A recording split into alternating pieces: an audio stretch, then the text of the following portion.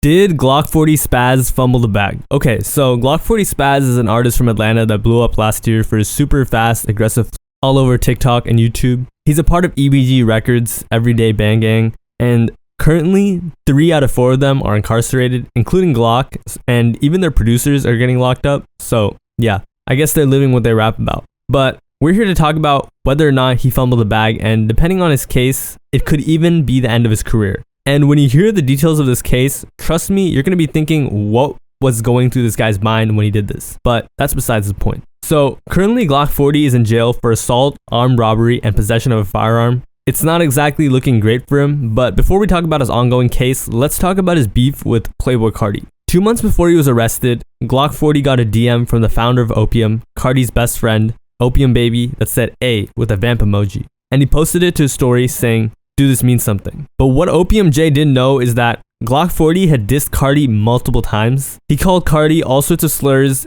and just take a look at what he had to say on an Instagram live before he was locked up. But you need to stop that vampire shit. Even with all that, fans would theorize that Glokk40 was about to join Opium. And just think about it like this. If he just apologized or something, I don't know, just said he was super ignorant or something, I don't know. He could have joined Opium, would have been huge, and all the cringe bandwagon Carti fans would have been on him, but instead, he's in jail and is probably going to do some time. But let's move on. On the 31st of August, he was arrested for aggravated assault, armed robbery, and unlawful entry. And the robbery was him saying he would meet up with fans and just ended up robbing them. But I'll get into that later on. And for some reason, there's this phenomenon in rap that rappers who get locked up have their careers go to the moon the moment they get locked up, and they can't enjoy the fruit of their labor. So after Glock got locked up, he went up. Young Scooter tried to sign him, Future's friend. Trippie Redd started playing his music on Instagram Live.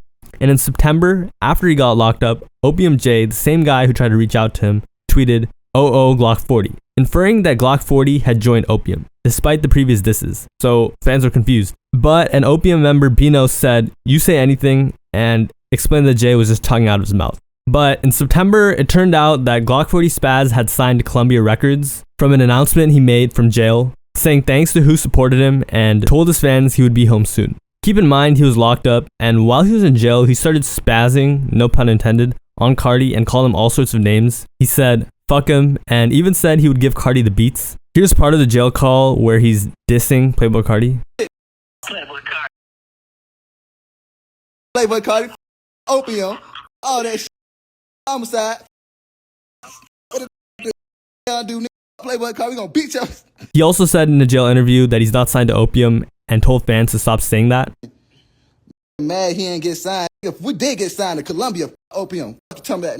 Stop playing with it. And I know I can't be the only person who thinks it's hilarious that this dude just hates Carti and Opium. Like, Carti and Opium are by far the most glazed group of rappers right now. And Carti definitely must feel some type of way about Glock just dubbing him and not giving a single fuck. Like, if Opium J reached out, he definitely got the green light from Carti, and they probably would have tried to do some type of a soft launch thing with Lonely and made it really mysterious and stuff. But right from the jump, this dude Glock just reposted it on his story and said, "What if I told you I'm finna get signed? Would y'all believe me?" with the vamp emoji. So Spaz is low-key a genius for this. He dissed Carti, then he used Carti's hype to bring his own stock up, and once he started getting hype, just went back to dissing Carti. And basically sent the message to Carti and Opium to stop annoying him. And in the Instagram live I played earlier, he called Carti gay. So if you don't get it at this point, Glock just hates Carti. And what's funny to me is Carti's friend Jay didn't even do a single ounce of research on him, because it wouldn't have taken much to find out that Glock doesn't like Carti. But it's also why people like him, because he's just an ignorant and authentic guy. He has more disses on Carti than that though.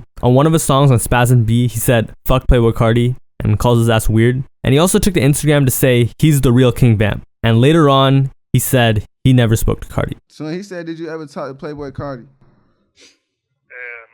But the Carti stuff was a missed opportunity. The main reason he's not even bigger than he is right now is because he's awaiting trial for his charges. And essentially, he got arrested for linking up with fans and robbing them. And he was on house arrest while he did that crime as well, for another robbery. And it just happens to be that there's a detailed police report on the situation documenting the entire thing, so let's go over it. Victim 2 said he and Victim 1 followed a local rapper, the suspect, aka Glokk40Spaz, on Instagram, who goes by the name Glokk40Spaz. Victim 2 said he saw a post from Glokk40Spaz asking, "Who's in the area wanting to get together?" Victim 2 said he responded to Glokk40Spaz stating he was in the area, and Glokk40Spaz provided Victim 2 the address to the Quick Trip, which is like a gas station.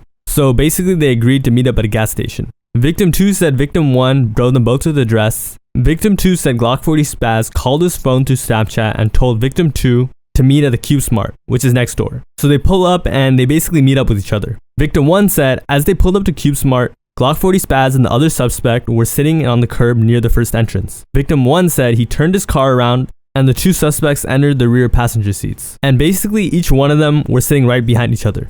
And instead of hanging out and getting together and having a cute fan SoundCloud rap meet and greet, Glokk40Spaz just ended up robbing these two fans. Victim 2 said Spaz pointed a gun at him and the other person pointed a gun at his other friend.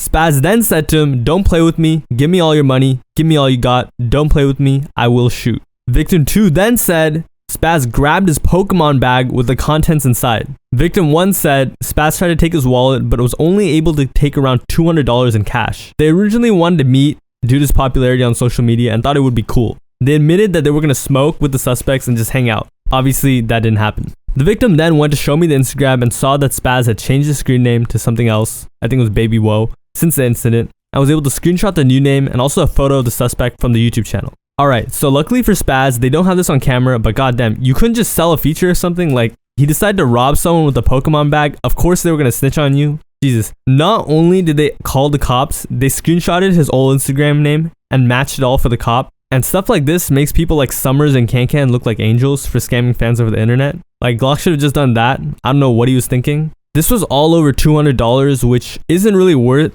facing years of jail time for anybody on this planet. Just a really dumb situation overall. Most recently, Glock reignited his beef with Opium, saying, exposing at Opium J, rat emoji, and why he didn't sign to Opium tomorrow at 9 p.m. on live. Be there or be square. And spoiler alert, there was no live. So overall, I wish him the best. His story kind of reminds me of Tay-K. Hopefully he doesn't end up like Tay-K though.